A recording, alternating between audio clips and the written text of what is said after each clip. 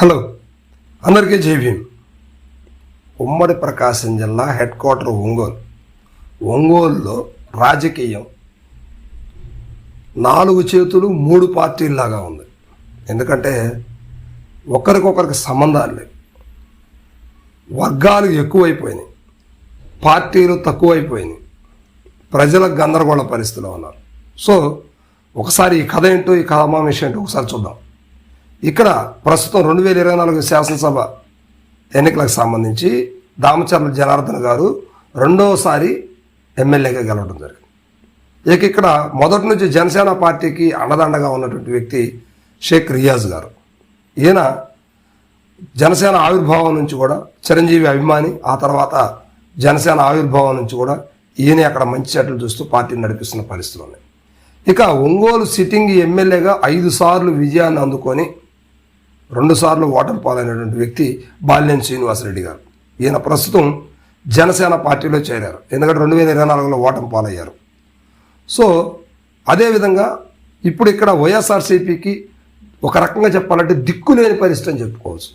అలాంటి సమయంలో పార్టీలో సామాన్య కార్యకర్తగా ఉన్నటువంటి వ్యక్తిని జగన్మోహన్ రెడ్డి గారు సెలెక్ట్ చేసి చుండూరు రవిబాబు అనే ఆయనకి ఇక్కడ ఇన్ఛార్జిగా వ్యవహరించమని ఆయనకి బాధ్యతలు ఇవ్వడం జరిగింది. సో ఇప్పుడు ఇక్కడ వ్యక్తులు పార్టీలు 3, ఇక్కడ లీడ్ చేసేటువంటి నాయకులు 4 అయిపోయారు. సో ఒకరికొకరికి సంబంధాలు. పోనీ జనసేనలో బాలినేని వాసు గారు జనసేనకి వెళ్ళారు, ఇక్కడ రియాజ్ గారితో ఏమైనా మంచి సంబంధాలు ఉన్నాయంటే అది కూడా లేదు.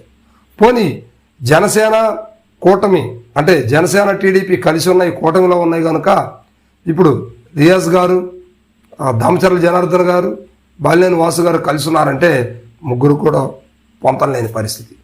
పోనీ రియాజ్ గారికి దామచర్ల జనార్దన్ గారికి ఏమైనా సత్సంబంధాలు ఉన్నాయంటే అది కూడా లేని పరిస్థితి. ఎందుకంటే మీ సపోర్ట్ లేకపోయినా కూడా మేమే గెలుస్తాము, ఇక్కడ తెలుగుదేశానికి బలం ఉంది అంటూ మాట్లాడేటువంటి పరిస్థితులు తెలుగుదేశం పార్టీ నుంచి వినిపిస్తూ ఉన్నాయి.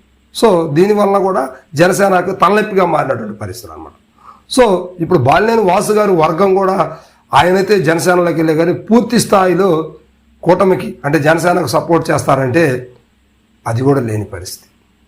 ఇక ఏకపార్టీగా ఉన్నప్పటికీ బలం లేకపోయినప్పటికీ నిన్నటి వరకు అధికారంలో ఉన్నటువంటి వైఎస్ఆర్సీపీకి ఇప్పుడు దిక్కు ముక్కు అయినటువంటి చుండూరు రవిబాబు గారు ఇప్పుడు అక్కడ బలహీనత ఆయనే అయిన పరిస్థితులు ఉన్నాయి.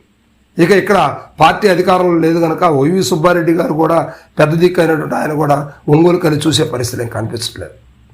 మరి ఇలాంటి సమయంలో ఇక్కడ ఎంపీగా పోటీ చేసి ఓడిపోయినటువంటి చెవిరెడ్డి భాస్కర్ రెడ్డి గారు కూడా ఆయన సొంత నియోజకవర్గానికి చంద్రగిరికి, తిరుపతి జిల్లాకి, ఆయన సొంత ప్రాంతానికి వెళ్ళే పరిస్థితులు కూడా ఒక రకంగా కనిపిస్తున్నాయని చెప్పవచ్చు. మరి ఇలాంటి సమయంలో ఇక్కడ వైఎస్ఆర్సీపీకి ఉన్నటువంటి వాళ్ళే బలమైనటువంటి వ్యక్తి.